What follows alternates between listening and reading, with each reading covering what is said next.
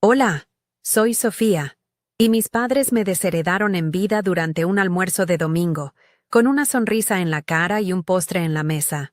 Fue el día que por fin entendí que el amor en mi familia tenía un precio, y yo, sencillamente, no calificaba para pagarlo. Fue una humillación silenciosa, de esas que no se gritan, sino que se tragan hasta que te ahogan por dentro. ¿Alguna vez te han hecho sentir invisible en tu propia casa? Antes de contarte el momento exacto en que mi padre me quitó el último símbolo de mi valor para dárselo a mi hermana, déjame un comentario diciéndome desde dónde me estás viendo y suscríbete al canal. Créeme, no querrás perderte lo que pasó cuando recibieron la primera cuenta que yo no estaba dispuesta a pagar. Aquel domingo parecía como cualquier otro en la casa de mis padres en Coral Gables. El sol de Miami entraba por los ventanales, iluminando el polvo en los muebles de caoba que mi madre tanto cuidaba. El olor a carne asada y el murmullo de las conversaciones familiares llenaban el aire. Pero para mí, todo se sentía como una obra de teatro en la que yo era la única que no se sabía el guión. Mi hermana menor, Valeria, era el centro de atención, como siempre. Sus risas eran más fuertes, sus historias más interesantes. Yo estaba sentada en el sofá de cuero que había sido testigo de toda mi infancia, sintiendo una extraña distancia, como si estuviera viendo una película de la vida de otros. Sabía que algo se estaba gestando. La alegría de mis padres era demasiado brillante, demasiado ensayada para ser genuina. No era una celebración, era un anuncio. Y el anuncio llegó justo después del postre. Mi padre, Carlos, se puso de pie, carraspeó para pedir silencio y le dedicó una mirada llena de orgullo a mi madre, Isabel, con un tono solemne, como si estuviera cerrando un negocio millonario. Anunció que ambos habían decidido jubilarse anticipadamente. Dijo que querían disfrutar de la vida, viajar y descansar. Luego, su mirada se posó en Valeria, y su voz se llenó de una ternura que rara vez me había dirigido a mí. Anunció que, para asegurar su futuro, le transferirían todo su patrimonio, la casa, sus ahorros de toda la vida y una pequeña colección de arte que mi abuelo había iniciado. La justificación fue una daga directa a mi pecho. Sofía es fuerte e independiente. Ella siempre ha sabido cómo salir adelante. Valeria, en cambio, necesita este apoyo, merece un buen comienzo. Sentí como el aire se escapaba de mis pulmones, pero mi rostro permaneció impasible. No fue sorpresa, fue la confirmación final de una vida entera sintiéndome la hija de repuesto.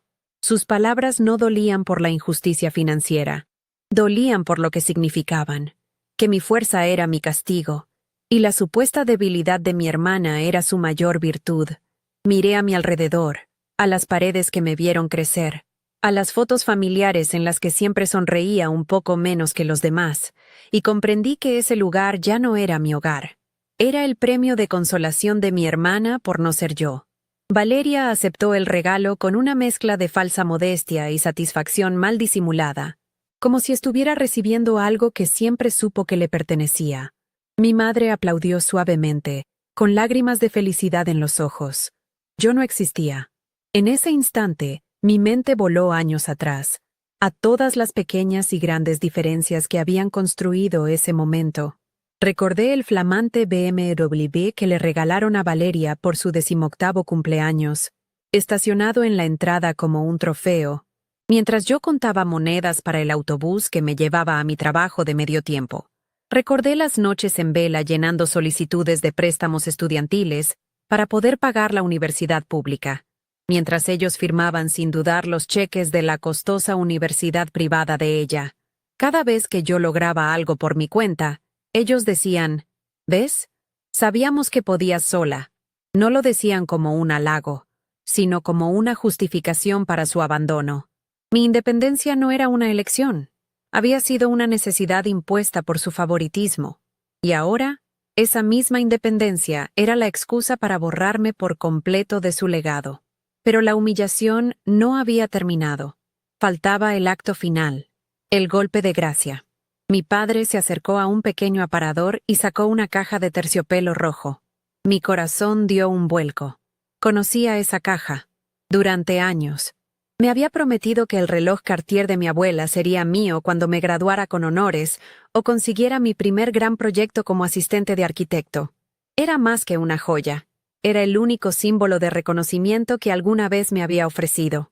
Lo abrió, y el brillo del oro y los pequeños diamantes iluminaron su rostro. Se giró hacia mí por un segundo, y en sus ojos vi una pizca de vacilación, una sombra de culpa que desapareció tan rápido como llegó. Luego, caminó hacia Valeria, que lo miraba con los ojos muy abiertos. «Sofía, tú lo entiendes», dijo, sin mirarme directamente. Sus palabras flotaron en el aire, pesadas y afiladas. «Es un reloj importante, para cerrar tratos, para dar una buena impresión.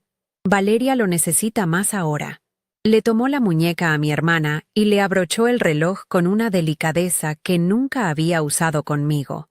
El círculo de oro se cerró sobre su piel, sellando mi exclusión definitiva. El silencio en la sala era denso, y todos me miraban a mí, esperando una reacción. Esperaban lágrimas, un reclamo, una escena, pero no les di nada. Sentí una calma helada apoderarse de mí, una claridad tan dolorosa como liberadora. Ya no había nada que pelear. La batalla se había perdido mucho antes de que yo naciera. Simplemente asentí, una vez. Mi silencio fue su absolución. Vi el alivio inundar los rostros de mis padres. Malinterpretaron mi calma como consentimiento, mi quietud como madurez. Para ellos, yo era, una vez más, la hija, comprensiva, que se sacrificaba por el bien de la familia. La celebración se reanudó con más fuerza, como si mi silenciosa aceptación les hubiera dado permiso para ser aún más felices.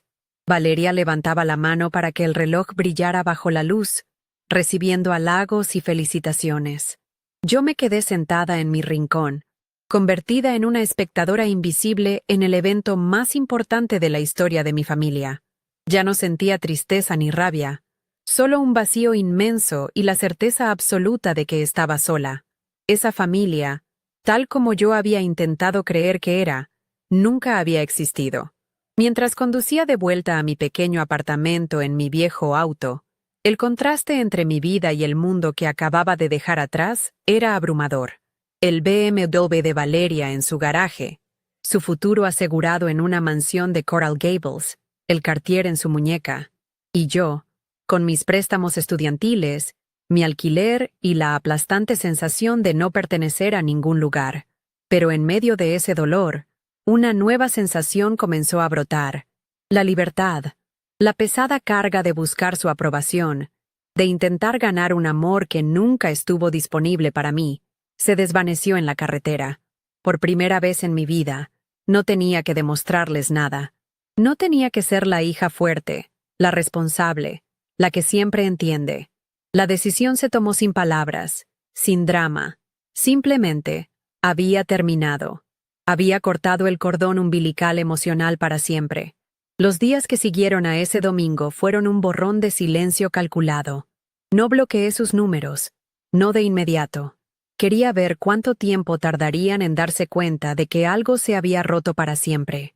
Recibí un par de mensajes de texto de mi madre. Fotos de Valeria luciendo el reloj Cartier en una cena con sus amigas, acompañadas de emojis de corazones y frases como «Se ve tan elegante». No respondí. Mi silencio no era un berrinche. Era una frontera. Cada notificación ignorada era un ladrillo más en el muro que estaba construyendo a mi alrededor. No para castigarlos, sino para protegerme a mí misma. La casa de Coral Gables, que antes representaba seguridad y pertenencia, ahora era solo un recordatorio físico de mi exclusión. Dejé de pasar por esa calle en mi camino al trabajo. El simple hecho de ver los árboles de bugambillas que bordeaban la entrada me provocaba una náusea helada en el estómago. Mi mejor amigo, Mateo, fue el primero en notar el cambio. Me encontró una noche en mi pequeño apartamento, rodeada de cajas de cartón. No estaba empacando para mudarme. Estaba purgando mi vida de su influencia. Sacaba cada objeto que me habían regalado mis padres a lo largo de los años. Un suéter de cumpleaños que nunca me gustó. Un libro con una dedicatoria fría y genérica. Un marco de fotos plateado con una imagen de unas vacaciones en las que yo apenas salía. Mateo no preguntó. Solo se sentó en el suelo y me ayudó a clasificar las cosas. ¿Qué vas a hacer con todo esto? Me preguntó en voz baja. Donarlo. Respondí sin mirarlo, con la voz firme. Y alguien más podría darle el valor que yo nunca pude encontrarle. Fue la primera vez que verbalicé el sentimiento. No era que ellos no me valoraran. Era que yo había pasado toda mi vida intentando encontrar valor en sus migajas. El duelo por la familia que creí tener fue un proceso extraño y silencioso. No fue un torrente de lágrimas descontroladas, sino una quietud profunda, como el silencio que sigue a una explosión lejana. Lloré por la niña que siempre esperaba un «estoy orgulloso de ti», que nunca llegó. Lloré por la adolescente que estudiaba hasta la madrugada para obtener becas, esperando que ese esfuerzo finalmente llamara su atención. Pero debajo de esa capa de tristeza, una nueva sensación comenzó a crecer. Un alivio casi eufórico. La pesada obligación de ser la hija fuerte se había desvanecido por completo. Ya no tenía que medir mis logros en función de su aprobación. Podía fracasar, podía triunfar, podía simplemente ser. Y nada de eso cambiaría mi nuevo estatus de forastera. La libertad era aterradora, pero también embriagadora. Por primera vez, mi futuro era un lienzo en blanco que solo yo podía pintar. Pasaron las semanas y mi vida comenzó a encontrar un nuevo ritmo, uno que era completamente mío.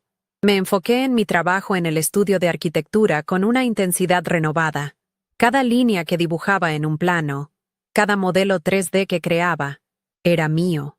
Mis logros, por pequeños que fueran, me pertenecían por completo. Empecé a salir a correr por las mañanas a lo largo de la bahía, no para escapar de mis pensamientos, sino para sentir la fuerza de mi propio cuerpo, la capacidad de mis pulmones para llenarse de aire por sí mismos. Un día, después de una reunión exitosa, mi jefe me felicitó por una propuesta innovadora frente a todo el equipo. Sentí una oleada de orgullo puro, sin adulterar. Y lo más revelador fue que no sentí el impulso reflejo de llamar a mis padres para contárselo. Esa necesidad, ese reflejo condicionado que me había acompañado toda la vida, había desaparecido. Mientras yo construía mi nueva vida ladrillo a ladrillo, la de ellos parecía florecer en las redes sociales, un espectáculo de felicidad cuidadosamente curado. Valeria publicaba fotos de sus viajes de fin de semana a Los Cayos, cenas en restaurantes caros de South Beach y sesiones de compras en Bal Harbour. Mi madre comentaba cada foto con un orgullo desbordante. Mi princesa viviendo la vida que merece. Parecían la familia perfecta, la culminación del sueño americano que mis padres siempre habían anhelado. Para el mundo exterior, ellos eran un ejemplo de éxito y generosidad. Unos padres que habían asegurado el futuro de su hija. Nadie veía la grieta, la hija borrada de la ecuación. Y eso, extrañamente, me trajo paz. Su felicidad escenificada ya no me afectaba. Era como ver una película con actores que alguna vez conociste, pero cuyas vidas ya no tenían nada que ver con la tuya. Una tarde, mientras revisaba mis correos electrónicos del trabajo, vi uno de mi padre. El asunto era simple y corporativo. Asunto familiar.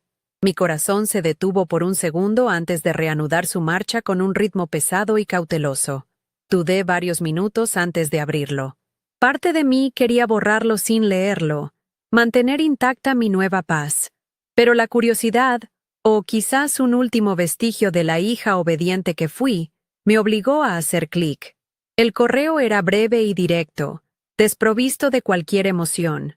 Decía que esperaban que estuviera bien, y que, aunque entendían que necesitaba mi espacio, había ciertos asuntos prácticos que necesitaban discutir con urgencia.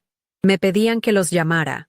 El tono era tan distante que podrían habérselo enviado a su contador. No había una disculpa, ni una pizca de afecto, solo una demanda velada. Decidí no responder. Sabía que cualquier respuesta, incluso una negativa cortante, abriría una puerta que había cerrado con tanto esfuerzo y dolor. Mateo me apoyó completamente en mi decisión. Si es tan importante, encontrarán otra manera de decírtelo, me dijo durante una llamada. Tu silencio es tu respuesta más poderosa ahora mismo, Sofía. Les estás enseñando, por primera vez, que ya no tienes por qué estar disponible para ellos 24/7. Tenía razón. Durante años, mi disponibilidad incondicional había sido mi mayor debilidad. Era la hija a la que se podía llamar a medianoche para resolver un problema técnico, la que mediaba en las discusiones de los demás, la que siempre ponía las necesidades de la familia por encima de las suyas. Esa versión de mí había muerto en esa sala, con el clic del broche del reloj Cartier en la muñeca de mi hermana. Pasó un mes exacto desde aquel domingo. Estaba en mi escritorio, terminando los planos de un pequeño proyecto residencial, cuando mi teléfono vibró sobre la madera. Era un mensaje de texto de mi madre. Mi pulso se aceleró instintivamente al ver su nombre en la pantalla.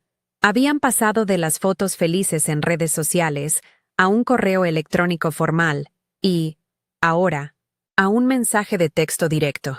La escalada en su intento de comunicación era evidente. Me preparé para lo peor, esperando un reclamo, una acusación de ser una hija desagradecida o egoísta.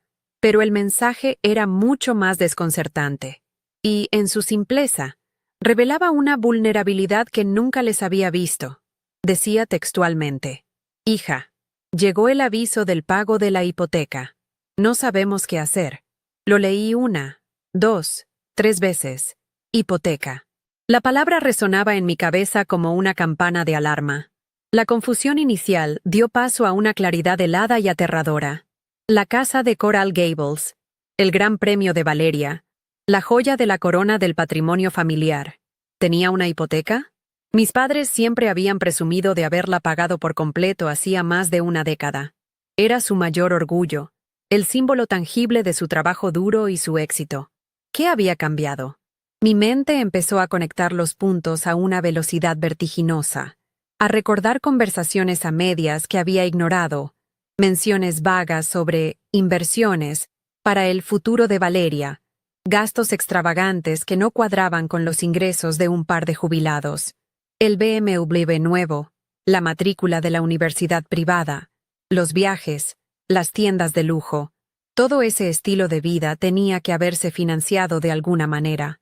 Y de repente, lo supe con una certeza que me heló la sangre. Recordé una conversación extraña de hacía unos 2 años. Mi padre me había llamado para pedirme unos documentos financieros, algo sobre mi historial de crédito y mis declaraciones de impuestos. Dijo que era para refinanciar la casa y obtener una mejor tasa de interés, algo rutinario para optimizar las finanzas. Confié en él, como siempre lo había hecho. Le envié todo lo que me pidió sin hacer más preguntas. La hija responsable, la que tenía un trabajo estable y un crédito impecable. En ese momento, no le di la menor importancia. Pero ahora, con el mensaje de mi madre ardiendo en la pantalla de mi teléfono, la verdad me golpeó con la fuerza de un tren de carga. No habían refinanciado para bajar la tasa.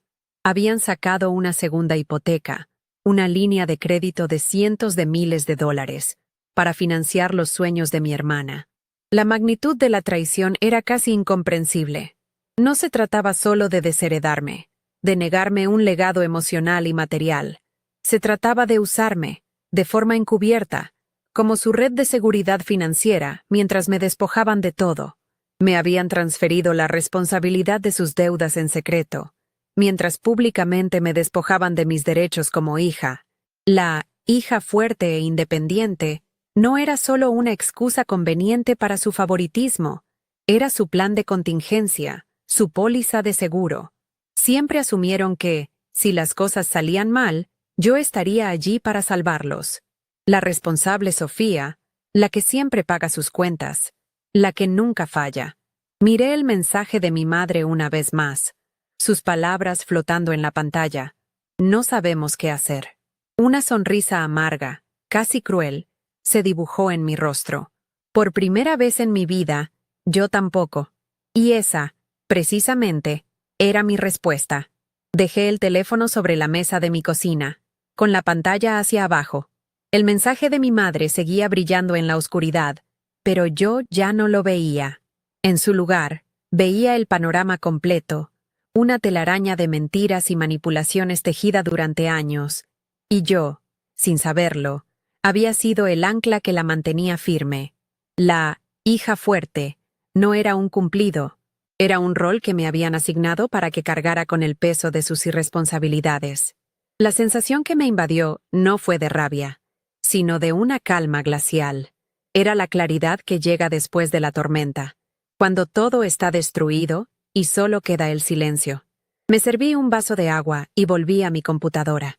Tenía trabajo que hacer, planos que terminar. Por primera vez, mi futuro no estaba atado al de ellos. Y esa noche, cada línea que dibujaba era un trazo de mi nueva libertad, una frontera que ellos ya no podrían cruzar. Como era de esperar, mi silencio fue recibido con una creciente impaciencia. A los pocos minutos, llegó otro mensaje de mi madre. «Sofía, ¿viste mi mensaje?» Luego otro. «Por favor, contesta, esto es importante». El tono pasó de la confusión a la urgencia en menos de una hora. Las notificaciones de mi teléfono se convirtieron en una banda sonora de su pánico incipiente. Cada vibración era una pequeña sacudida de su mundo desmoronándose. Me sorprendió lo fácil que fue ignorarlos. Era como escuchar llover afuera mientras yo estaba seca y segura dentro de mi pequeño apartamento. Durante años, sus llamadas habían sido órdenes que yo acataba sin dudar. Ahora, eran solo ruido de fondo, el eco de un mundo al que yo ya no pertenecía. La ironía era dolorosa y, a la vez, extrañamente satisfactoria. Estaban descubriendo que mi atención, la que siempre dieron por sentada, también tenía un precio. Al día siguiente, las llamadas comenzaron. Primero mi madre, con su número apareciendo en mi pantalla repetidamente. Dejé que cada llamada fuera al buzón de voz. Luego, por la tarde, llamó mi padre. Su nombre, papá, brilló en la pantalla, y por un instante sentí la vieja punzada de obediencia. Pero la imagen del reloj Cartier en la muñeca de mi hermana borró cualquier vacilación. No contesté. Minutos después, llegó la notificación de un nuevo mensaje de voz. Lo escuché por pura curiosidad morbosa. Su voz era la de siempre, autoritaria, impaciente, como si estuviera llamando a un empleado incompetente. «Sofía, soy yo. Llámame de inmediato. Sea lo que sea que estés haciendo, déjalo. Tenemos que hablar de un asunto serio. Esto no es un juego». Colgó. Ni un «hola», ni un «¿cómo estás?». Solo una orden. En su mente, yo seguía siendo su peón, la pieza que moverían a su antojo para resolver sus problemas. No tenía idea de que el tablero de juego había cambiado para siempre. La siguiente en entrar en escena fue Valeria.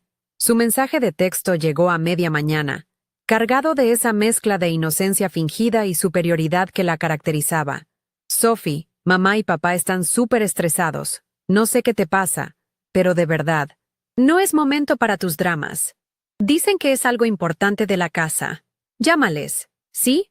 Leer sus palabras fue como echar sal en una herida abierta.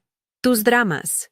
Para ella, mi dolor, mi humillación, mi vida entera de sentirme invisible, se reducía a un simple drama. Ella, la princesa en su castillo recién adquirido, no tenía la menor idea de que los cimientos de ese castillo estaban a punto de colapsar. Su mensaje, en lugar de provocarme culpa, reforzó mi decisión. Le respondí en mi mente, con una claridad que nunca antes había tenido. «No te preocupes, Valeria. Tú te lo mereces todo. Ocúpate tú». Borré su mensaje y volví a mi trabajo. Esa noche, sin embargo, la duda me asaltó por un momento. Mientras preparaba una cena sencilla, me encontré mirando una vieja foto que tenía en la nevera. Los cuatro en una playa, cuando yo tenía unos 10 años. Todos sonreíamos. ¿Estaba siendo demasiado cruel? ¿Estaba destruyendo a mi propia familia por dinero? La culpa, ese viejo fantasma familiar, comenzó a susurrar en mi oído. Llamé a Mateo. Necesitaba una voz externa que me anclara a la realidad. Le conté de los mensajes, de las llamadas, de mi momento de debilidad. Su respuesta fue inmediata y firme. «Sofía, esto no es por dinero. Y lo sabes. Esto es por respeto». Ellos te usaron como garantía para una vida que te negaron a ti. Dejarlos enfrentar las consecuencias de sus actos no es crueldad, es justicia. No flaquees ahora. Sus palabras fueron el salvavidas que necesitaba. Colgué el teléfono sintiéndome más fuerte, con la certeza de que mi camino, aunque solitario, era el correcto. La presión siguió aumentando. Los mensajes de voz de mi madre se volvieron desesperados. Su voz, normalmente tan controlada y serena, ahora temblaba al borde de las lágrimas. Hija, por el amor de Dios. ¿Dónde estás? No entendemos qué hemos hecho tan mal para merecer este silencio. Tu padre no duerme. Solo queríamos asegurar el futuro de tu hermana. ¿Es eso tan terrible? La manipulación era tan burda que casi me dio lástima. Intentaban pintarse como víctimas, como padres amorosos castigados por una hija desagradecida. Escuché el mensaje una vez y sentí una punzada, no de culpa, sino de una tristeza profunda por su ceguera. Eran incapaces de ver la viga en su propio ojo. Su amor por Valeria se había construido sobre los cimientos de mi anulación, y ahora que esos cimientos se resquebrajaban, no entendían por qué. No respondí. Mi silencio era la única respuesta honesta que me quedaba. Después de los ruegos, intentaron la intimidación. Recibí un correo electrónico formal, con un asunto que decía, obligaciones financieras familiares. Venía de la cuenta de mi padre. El texto era frío, casi legalista. Hablaba de responsabilidades compartidas y de un acuerdo verbal implícito sobre el bienestar de la familia. Insinuaba que, como yo había proporcionado mis documentos financieros para la refinanciación, tenía una obligación legal de ayudar a cubrir la deuda. Era un intento desesperado y torpe de asustarme, de acorralarme con terminología que sonaba importante. Me di cuenta de que su pánico era tan grande que estaban dispuestos a recurrir a amenazas veladas. Por un momento me preocupé, así que llamé a una amiga de Mateo que era abogada. Le expliqué la situación. Su risa al otro lado de la línea fue tranquilizadora. No te preocupes, Sofía, me dijo. Moralmente es un desastre, pero legalmente no te pueden obligar a nada. Es su deuda, no la tuya. El punto de quiebre llegó un jueves por la noche. Eran casi las 11 cuando mi teléfono vibró con una llamada de mi padre. La rechacé, como a todas las demás. Pero el mensaje de voz que dejó esta vez fue diferente. No había autoridad ni súplica en su tono, solo un veneno puro y helado, una rabia contenida que finalmente había explotado. Su voz era baja, casi un siseo. Escúchame bien, Sofía. Siempre supe que eras una egoísta, igual que tu abuela materna, pero nunca pensé que llegarías a esto. Si por tu culpa perdemos esta casa, la casa donde te criamos, te juro por mi vida que dejarás de ser mi hija para siempre. Estarás muerta para nosotros. ¿Me oyes? Muerta. El mensaje terminó. El silencio que quedó después fue absoluto. No sentí dolor ni miedo. Sentí una liberación final y definitiva. Me había dado exactamente lo que yo quería, pero creyendo que era un castigo. Guardé ese mensaje de voz. Se convirtió en mi ancla, mi recordatorio inmutable de por qué había elegido este camino. Cada vez que una sombra de duda o de vieja lealtad familiar intentaba asomar, lo escuchaba. Su odio era el antídoto perfecto para cualquier vestigio de culpa. Sus palabras no solo habían cortado el último hilo que me unía a ellos, sino que lo habían quemado hasta convertirlo en cenizas. Ya no había nada que salvar, nada que reconstruir. La familia que yo había conocido, o que había creído conocer, había pronunciado su propia sentencia de muerte en ese mensaje. La hija muerta era, irónicamente, la versión más viva y libre de mí misma que jamás había existido. Su amenaza fue el regalo más grande que me pudo haber dado. La prueba irrefutable de que mi decisión de alejarme no era una rabieta, sino un acto de supervivencia. A la mañana siguiente, caminé hasta una tienda de telefonía y solicité un nuevo número. El empleado me entregó una nueva tarjeta SIM en un pequeño sobre de plástico. Mientras la insertaba en mi teléfono, sentí que estaba realizando un ritual. Era un acto simple, práctico, pero cargado de un simbolismo abrumador. Al encender el teléfono, La pantalla se iluminó, limpia de notificaciones, libre de sus nombres y de su pánico. El silencio ya no era un arma que yo usaba contra ellos, sino el estado natural de mi nueva vida. La paz que sentí fue indescriptible. Por primera vez en semanas, mi teléfono estaba en silencio, y mi mente también. La tensión de su asedio constante se había disipado, reemplazada por una calma expectante. Sabía que la tormenta para ellos apenas comenzaba, pero yo ya estaba a salvo en mi propio refugio, un lugar que ellos nunca más podrían encontrar. Pasaron 2 meses de una paz casi irreal. Mi nuevo número de teléfono era un santuario, un espacio virgen de culpas y reclamos. Me sumergí en mi trabajo con una dedicación que nunca antes había tenido, y los resultados se notaron. Mi jefe me asignó la dirección de un pequeño proyecto de renovación en Key Biscayne, un voto de confianza que me llenó de un orgullo tranquilo y personal. Por primera vez, mi vida se sentía como una estructura que yo misma estaba diseñando, con cimientos sólidos y sin deudas emocionales con nadie. Las tardes las pasaba con Mateo, caminando por la playa o simplemente hablando en mi balcón, viendo cómo el sol se hundía en el horizonte. Había construido una rutina simple, predecible y, sobre todo, mía. Creí, ingenuamente, que el silencio duraría para siempre, que finalmente habían entendido que la puerta estaba cerrada. Pero un día, al volver del trabajo, encontré un sobre metido a la fuerza debajo de mi puerta. No tenía estampilla, lo que significaba que alguien lo había traído en persona. El sobre era de un color crema elegante, y en la esquina superior izquierda, grabado en relieve, estaba el logo de un prestigioso bufete de abogados de Brickell. Mi nombre, Sofía Ramírez, estaba escrito a mano con una caligrafía que reconocí al instante, la de mi padre. El corazón me dio un vuelco. No era una demanda. No todavía. Era una advertencia. Un disparo al aire. Lo dejé sobre la mesa de la cocina y lo miré durante casi 1 hora, como si fuera un artefacto explosivo. Sabía que abrirlo significaría dejar que su caos volviera a entrar en mi vida ordenada, pero también sabía que no podía ignorarlo. Finalmente, con las manos temblorosas, rompí el sello. El documento adentro no era una carta personal. Era una copia de una notificación de aviso de subasta del banco. La dirección de la propiedad en Coral Gables estaba en negrita en la parte superior. La fecha de la subasta estaba programada para dentro de 60 días. Adjunta a la notificación había una nota escrita a mano por mi padre en un papel aparte. No había saludo ni despedida. Solo una frase. Esto es lo que tu silencio ha causado. Aún estás a tiempo de actuar como una hija decente.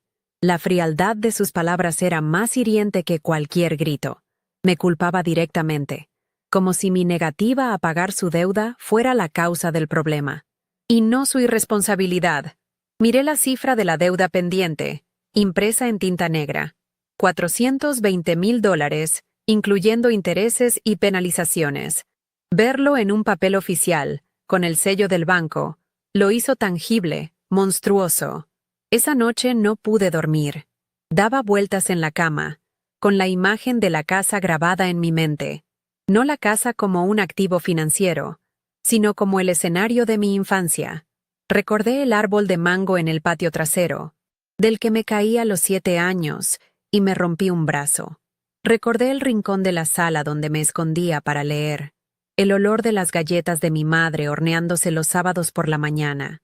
Esos recuerdos, que había intentado enterrar, volvieron con una fuerza abrumadora. ¿Podía realmente dejar que todo eso se perdiera? ¿Permitir que extraños caminaran por las habitaciones donde crecí? ¿Que un martillo de subasta borrara 30 años de historia familiar? La manipulación de mi padre estaba funcionando a un nivel más profundo. No estaba apelando a mi billetera, sino a mi nostalgia, al fantasma de la niña que una vez amó ese lugar incondicionalmente. La siguiente fase de su ofensiva fue más directa. Un sábado por la mañana, mientras estaba en la lavandería de mi edificio, sentí una mano en mi hombro. Me giré de golpe y me encontré cara a cara con mi madre. Se veía demacrada, con ojeras profundas que su maquillaje no lograba ocultar. Su habitual elegancia se había desvanecido, reemplazada por una desesperación palpable. «Sofía, tenemos que hablar», dijo con la voz temblorosa. Intenté retroceder, decirle que no tenía nada que decir, pero me agarró del brazo con una fuerza sorprendente. «Por favor», suplicó, y sus ojos se llenaron de lágrimas. «Tu padre está destrozado. No come, no duerme. La casa es su vida. Es todo lo que construyó. No puedes dejarnos perderlo todo. Somos tu familia». La palabra familia salió de su boca como un arma, diseñada para avergonzarme y doblegarme. La miré, y por primera vez en mi vida, no sentí ni una pizca de la vieja obligación. La mujer que tenía delante no era la madre que yo necesitaba, sino una cómplice de mi anulación. Su dolor era real, pero era el dolor de alguien que enfrenta las consecuencias de sus propias elecciones.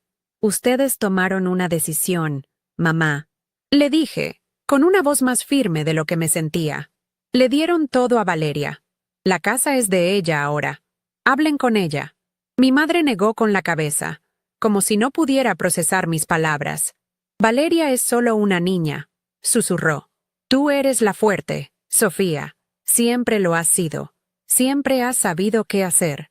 Era la misma frase, la misma justificación que habían usado para desheredarme, ahora convertida en un ruego desesperado.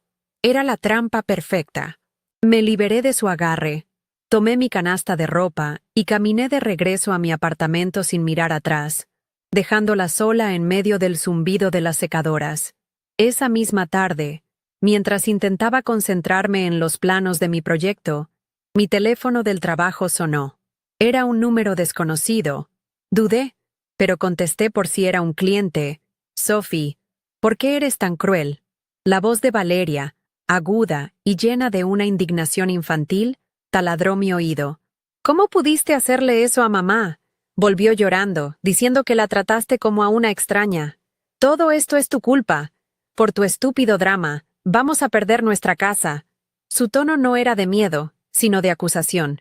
Hablaba de «nuestra casa», como si yo nunca hubiera vivido allí. La rabia, una emoción que había mantenido a raya durante meses, comenzó a burbujear en mi pecho. «¿Mi culpa, Valeria?», le respondí, mi voz peligrosamente tranquila. «¿Mi culpa que ustedes vivieran por encima de sus posibilidades para pagarte tus caprichos?». Hubo un silencio al otro lado de la línea, y luego su voz estalló. «No son caprichos, es la vida que merezco, y tú siempre has estado celosa de eso».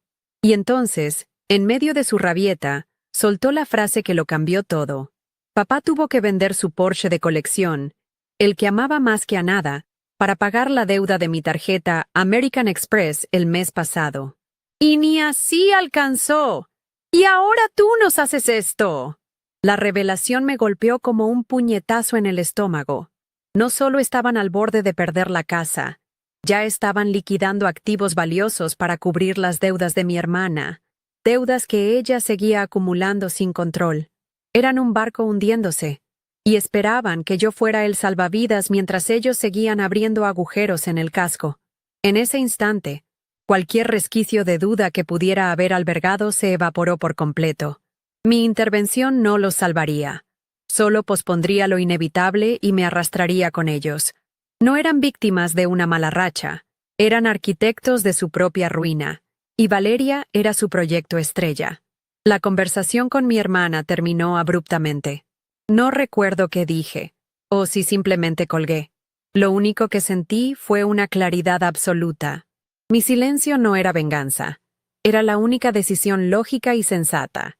Era la única forma de evitar que su tsunami financiero arrasara con la pequeña y sólida vida que yo había logrado construir. La fecha de la subasta, que antes me había parecido una sentencia de muerte, ahora se sentía como una cuenta regresiva hacia mi liberación final. Al día siguiente, tomé una decisión.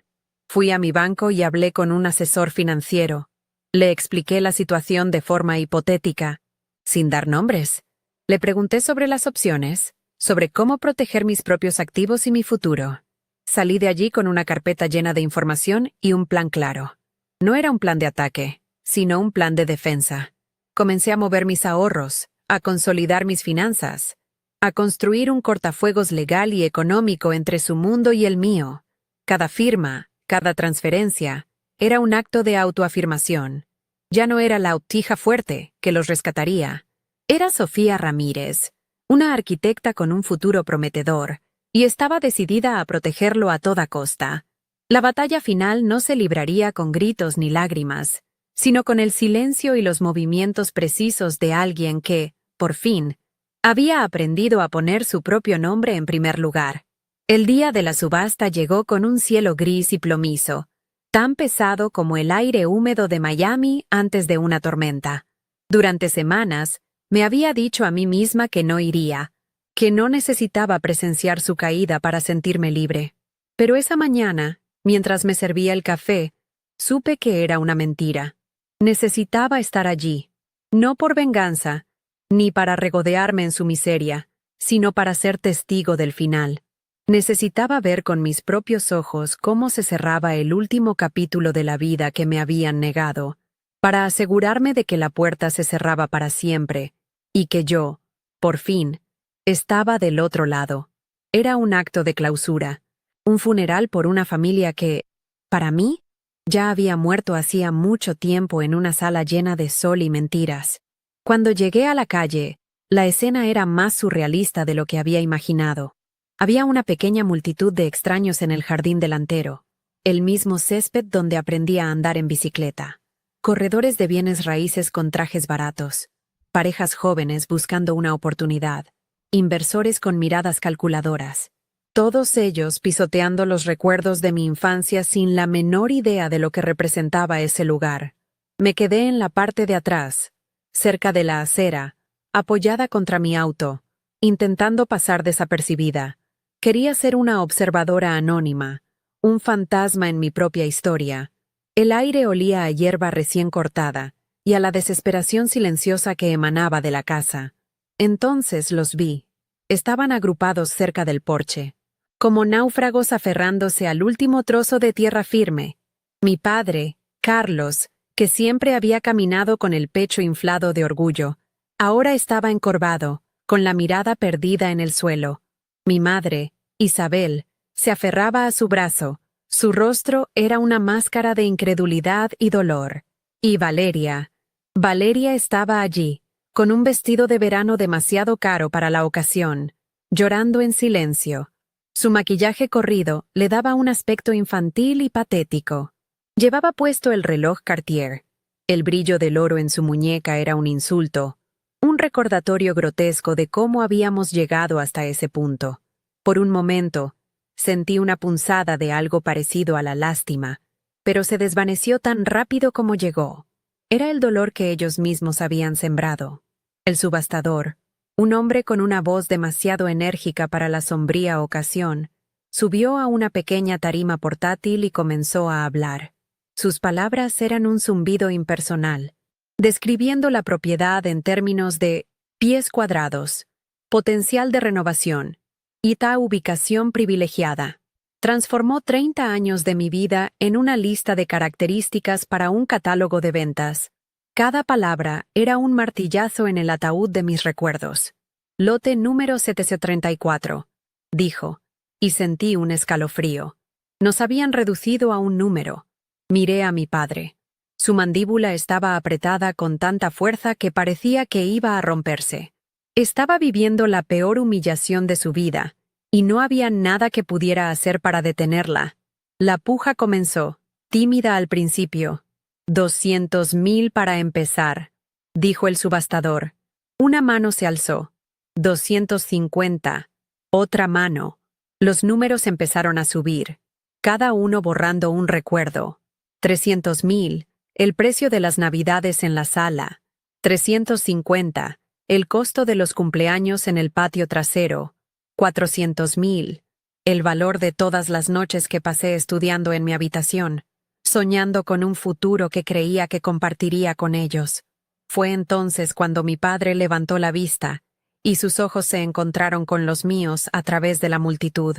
Vi un destello de esperanza desesperada, la creencia de último minuto de que yo había venido a salvarlos. Pero cuando vio mi rostro, tranquilo, impasible, esa esperanza se convirtió en un odio puro y glacial. Se inclinó hacia mi madre y Valeria, y aunque estaba a varios metros de distancia, el viento me trajo fragmentos de su siseo venenoso. «Mírala», le escuché decir a mi madre. Vino a disfrutar del espectáculo. La malagradecida. Valeria giró la cabeza, sus ojos enrojecidos fijos en mí con una furia infantil. «Ella nos hizo esto», dijo en un sollozo ahogado. «Por su culpa. Si nos hubiera ayudado». Mi madre no dijo nada. Solo negó con la cabeza y se cubrió el rostro con las manos, su cuerpo sacudido por el llanto. Esa fue la confirmación final. En su narrativa, yo era la villana. Nunca, ni por un segundo, se detuvieron a pensar que eran los únicos autores de su propia tragedia. Su ceguera era absoluta, y en ese momento me liberó de la última pizca de duda. La puja se aceleró, convirtiéndose en un duelo entre un inversor de aspecto rudo y una pareja joven que se miraba nerviosamente con cada oferta. 420,000, el monto de la hipoteca, fue superado. Un suspiro colectivo recorrió a mi familia. Cualquier ganancia que pudieran haber esperado se estaba evaporando. Ahora solo se trataba de mitigar las pérdidas. Valeria miraba el reloj en su muñeca, como si no pudiera entender por qué su magia no estaba funcionando. ¿Por qué ese símbolo de estatus no podía detener la catástrofe? El subastador, sintiendo el clímax, elevó la voz, su canto monótono resonando en el silencio tenso. 450,000, ¿alguien da más? ¿A la 1? ¿A las 2? El mundo pareció ralentizarse. En ese instante, mi padre me miró de nuevo. Su rostro ya no mostraba ira, sino una súplica desnuda y desesperada. Era la mirada de un hombre ahogándose, buscando cualquier mano que lo sacara del agua. Sus ojos me gritaban que hiciera algo, que levantara la mano, que detuviera esto, que fuera la hija que él siempre había asumido que sería en una crisis. Lo miré fijamente, sin parpadear. En mi silencio, le di mi respuesta final. No había odio en mi mirada, ni satisfacción, solo una calma vacía. La calma de un final inevitable. La calma de alguien que por fin había dejado de esperar. Vendido. Al señor del traje gris por $460,000. El golpe seco del mazo sonó como un disparo en el silencio del jardín. Se acabó. La gente empezó a aplaudir suavemente, como al final de una obra de teatro. Vi cómo el cuerpo de mi padre se desinflaba, como si le hubieran quitado todos los huesos. Mi madre se deslizó por su brazo hasta sentarse en el césped, sin importarle su ropa. Valeria se quedó de pie, paralizada, mirando la puerta principal de la casa que había sido suya durante unas pocas semanas de ensueño. El nuevo propietario, un hombre de negocios sonriente, ya estaba firmando papeles, ajeno al drama familiar que se desmoronaba a pocos metros de distancia. Me quedé un momento más, grabando la imagen en mi memoria. No como un trofeo, sino como una lección. La lección de que las acciones tienen consecuencias. La lección de que el amor no se puede dar por sentado. La lección de que la justicia, a veces, no llega con truenos y relámpagos, sino con el golpe silencioso de un mazo en una mañana nublada. Ellos habían elegido su castillo, y habían elegido a su princesa. Lo que nunca entendieron fue que el castillo estaba construido sobre cimientos de arena, y que la hija que habían descartado era la única que sabía cómo construir sobre roca. Me di la vuelta y caminé hacia mi auto. No sentí la euforia de la victoria. Sentí la quietud de un campo de batalla después de la guerra. Un vacío inmenso, pero un vacío limpio, lleno de posibilidades. Encendí el motor y me alejé por la calle sin mirar por el espejo retrovisor. No necesitaba hacerlo. Sabía exactamente lo que había dejado atrás. Las ruinas de un reino que se había derrumbado por su propio peso. Y por delante, por primera vez en mi vida, solo había un camino abierto, un horizonte que me pertenecía solo a mí. La casa había sido vendida, y con ella, mi pasado, por fin, era libre. A las pocas semanas, me enteré de lo que pasó después a través de una prima lejana con la que todavía mantenía un contacto esporádico. Mis padres no pudieron soportar la humillación de quedarse en Coral Gables. Vendieron los muebles de caoba, la pequeña colección de arte, y todo lo que tenía algún valor para poder pagar las deudas que quedaban después de la subasta, y alquilar un pequeño apartamento en Homestead, a 1 hora de distancia de su antigua vida. Pasaron de ser los Ramírez, una familia respetada en su círculo, a ser una pareja de jubilados anónimos en un barrio obrero. El cambio fue tan drástico y tan rápido que, según mi prima, mi madre pasó el primer mes encerrada, sin querer que nadie la viera. El estatus que tanto habían cuidado se había desvanecido como el humo, dejándolo solo con la cruda realidad de sus decisiones. El golpe más duro fue para mi padre. Carlos, el hombre que medía su valor en el tamaño de su casa y el brillo de su auto, tuvo que volver a trabajar. Su pensión no era suficiente para cubrir sus nuevos y modestos gastos. Mi prima me contó, con una mezcla de pena y asombro, que lo habían visto trabajando en un Home Depot, con el delantal naranja puesto, ayudando a la gente a encontrar tornillos y tuberías. El hombre que una vez cerró tratos de miles de dólares, ahora ganaba el salario mínimo para poder pagar el alquiler. No lo hacía por gusto, sino por una necesidad aplastante. La soberbia que lo había caracterizado toda su vida se había transformado en una resignación amarga y silenciosa. Ya no había fiestas, ni cenas en restaurantes caros, ni alardes sobre sus logros. Solo el zumbido monótono de las luces fluorescentes de una ferretería. Mientras tanto, mi vida florecía en el silencio que ellos habían dejado. La libertad de no tener que cargar con sus expectativas fue como quitarme un peso de 100 kilos de encima. Me ascendieron en el trabajo, dándome la responsabilidad de dirigir un equipo en un nuevo proyecto comercial en el Design District. Mi sueldo aumentó, y por primera vez, empecé a ahorrar para dar el pago inicial de mi propio apartamento. Cada dólar que ganaba se sentía limpio, mío, sin estar manchado por deudas emocionales o transacciones ocultas. Mateo y yo celebramos mi ascenso con una cena sencilla en mi pequeño balcón. Mientras brindábamos, me di cuenta de que mi felicidad ya no dependía de la aprobación de nadie. Era una felicidad tranquila, sólida, construida por mí, ladrillo a ladrillo, sobre los cimientos de mi propia valía. Un sábado por la tarde, 6 meses después de la subasta, me los encontré. Estaba en un supermercado en Kendall, una zona a medio camino entre mi mundo y el de ellos. Vi a mi madre primero. Estaba en una de las cajas, pasando productos con un movimiento lento y mecánico. Llevaba el uniforme del supermercado, y su cabello, que siempre había estado perfectamente peinado, se veía opaco y descuidado. Levantó la vista, y sus ojos se encontraron con los míos. Por un segundo, vi un destello de la madre que recordaba, seguido de una ola de vergüenza que la hizo bajar la mirada de inmediato. Me quedé paralizada en el pasillo, con el carrito a medio llenar. No supe qué hacer, qué decir. Simplemente retrocedí lentamente y salí de la tienda, dejando mis compras atrás. El aire de la calle se sintió extrañamente frío. La historia de Valeria fue la que más me impactó, aunque no me sorprendió. Según me contó mi prima, no duró ni 2 meses en el pequeño apartamento de Homestead. La falta de lujos, el tener que compartir un solo baño y escuchar a sus padres discutir sobre dinero todas las noches fue demasiado para ella. Culpaba a todo el mundo menos a sí misma. A mí por ser rencorosa, a sus padres por no haber sabido invertir.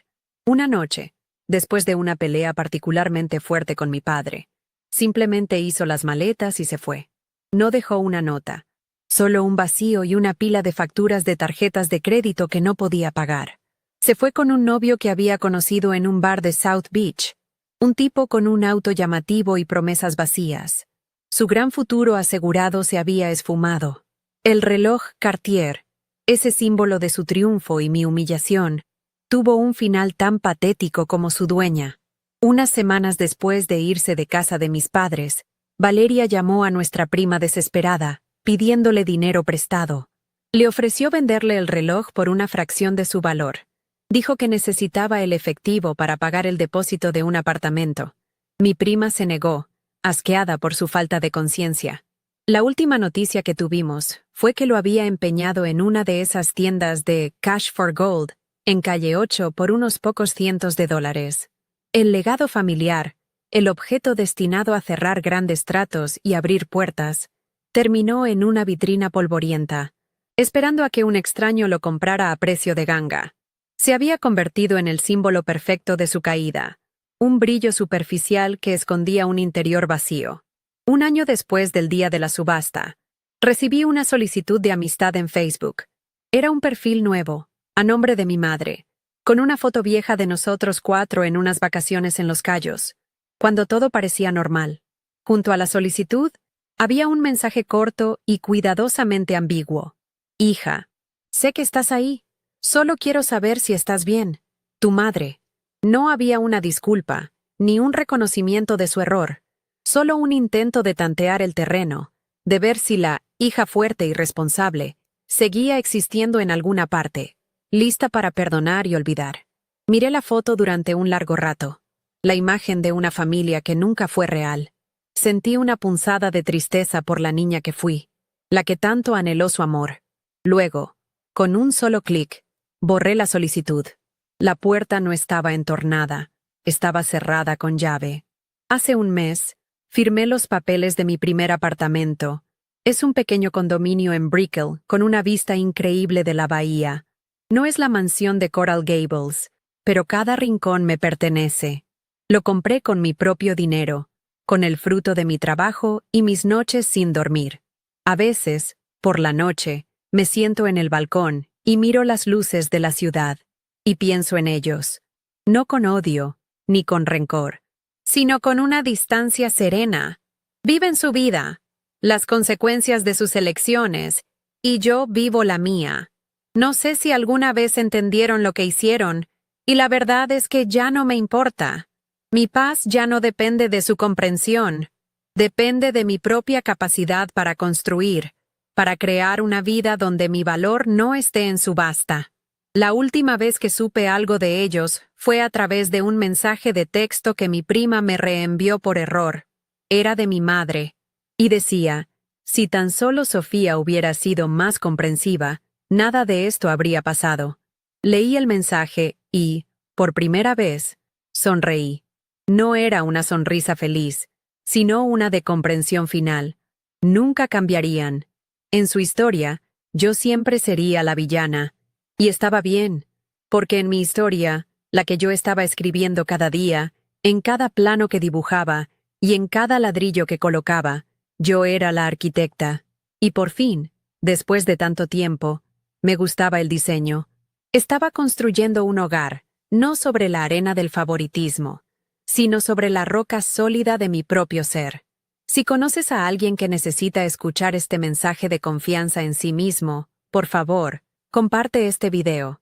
No olvides suscribirte para más historias sobre cómo encontrar tu propio camino, incluso cuando no es el que otros esperan. Gracias por escuchar. Lo que aprendí en todo este viaje, y lo que de verdad quiero que se lleven de mi historia, es que el valor de una persona nunca, jamás, puede depender de la opinión de otros, ni siquiera de la familia. Durante años, yo fui como una casa vacía, esperando que alguien viniera a decorarla, a decirle cuánto valía. Buscaba mi reflejo en los ojos de mis padres, y solo encontraba un espacio en blanco. El día que dejé de buscar su aprobación fue el día que empecé a construir mi propio hogar, uno dentro de mí. Entendí que la fuerza que ellos usaban como excusa para abandonarme era, en realidad, mi mayor activo. No era mi castigo, era mi superpoder. Y la lección más grande es esta. No puedes obligar a nadie a verte, pero sí puedes obligarte a ti misma a dejar de ser invisible para ti. Y eso me lleva a pensar en lo que realmente significa la palabra familia. Crecemos creyendo que es algo que nos viene dado, un lazo de sangre inquebrantable. Pero la realidad es mucho más compleja. La sangre te hace pariente, pero son la lealtad, el respeto y el amor incondicional los que te hacen familia. Mi familia de sangre me dio un apellido, pero me negó un lugar. Me enseñaron que el amor era condicional, que se ganaba o se perdía como un premio. La verdadera familia la encontré en un amigo como Mateo, en mis colegas que celebraban mis éxitos, en la comunidad que empecé a construir a mi alrededor. La familia no es la casa donde naces, es el refugio que construyes con las personas que eligen quedarse a tu lado, las que te ayudan a poner los ladrillos de tu felicidad sin pedirte nada a cambio. Mucha gente me ha preguntado por qué elegí el silencio, por qué no grité, por qué no luché. Y la respuesta es simple.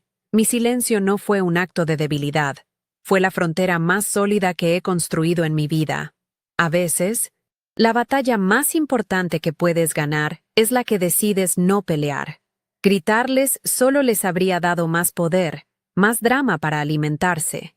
Mi silencio, en cambio, los obligó a enfrentarse a un vacío que ellos mismos habían creado. Les quitó el poder de definirme, de herirme, de usarme. Poner límites no es un acto de crueldad, es un acto de supervivencia. Es decirle al mundo, y sobre todo a ti misma, que tu paz mental no es negociable. Y créanme, no hay nada más poderoso que la calma de alguien que ha decidido que ya no participará en el caos de otros. ¿Y el perdón? Esa es la pregunta más difícil de todas. Durante mucho tiempo pensé que perdonar significaba decir, lo que hicieron estuvo bien, o volver a abrirles la puerta. Pero he aprendido que el verdadero perdón no tiene nada que ver con ellos. Tiene que ver conmigo. Perdonar, para mí, fue soltar la esperanza de que algún día se disculparan. Fue aceptar que nunca entenderían el daño que causaron. Fue dejar de esperar que la familia que yo quería que fueran, mágicamente apareciera. Perdonar fue liberarme a mí misma de la prisión de su recuerdo, del veneno del rencor. No los perdoné para absolverlos a ellos, los perdoné para salvarme a mí. Y esa es una paz que ningún reloj Cartier puede comprar. Al final, esta historia también es sobre la gran mentira del materialismo. Mis padres y mi hermana persiguieron símbolos: la casa grande, el auto de lujo, el reloj brillante. Creían que esas cosas les darían estatus, felicidad, seguridad. Pero todo era una ilusión, un castillo de naipes construido sobre deudas y apariencias. Invirtieron todo su valor en objetos que se podían perder, subastar, empeñar. Y cuando esos objetos desaparecieron, se quedaron sin nada. Yo, en cambio, invertí en mí misma, en mi educación, en mi carrera, en mi paz interior. Mi pequeño apartamento, comprado con mi propio esfuerzo, vale infinitamente más que su mansión perdida, porque no está construido con dinero, sino con dignidad. El verdadero patrimonio no se guarda en un banco, se lleva en el alma. Si estás escuchando esto y te sientes invisible en tu propia vida, si sientes que tu valor está constantemente a prueba por las personas que deberían amarte más, quiero que sepas algo. No estás solo y no estás equivocado. Tienes derecho a reclamar tu espacio, a construir tu propia definición de éxito y felicidad. A veces, el acto más valiente es alejarte de la única vida que has conocido para poder encontrar la vida que de verdad mereces. El camino puede ser solitario al principio, puede dar miedo, pero te prometo que al otro lado de ese miedo está tu libertad. No dejes que nadie te convenza de que tu fuerza es una excusa para no apoyarte. Tu fuerza es la razón por la que vas a construir un futuro increíble, uno que te pertenezca solo a ti. Esta historia no es sobre una herencia perdida, sino sobre una identidad encontrada. Es la prueba de que, a veces, perderlo todo es la única manera de ganarte a ti mismo. El final de un capítulo no es el final del libro. Es la oportunidad de empezar a escribir uno mucho mejor. Uno donde tú eres el protagonista indiscutible. La justicia de la vida no siempre es inmediata ni ruidosa, pero siempre llega. A veces, llega en forma de un mazo de subasta, y otras, en la calma silenciosa de un apartamento con vistas a un futuro que tú mismo diseñaste. La mejor venganza no es el rencor, es tu propia paz, tu propio éxito, tu propia felicidad inquebrantable. Es construir una vida tan plena que ya no quede espacio para las sombras del pasado.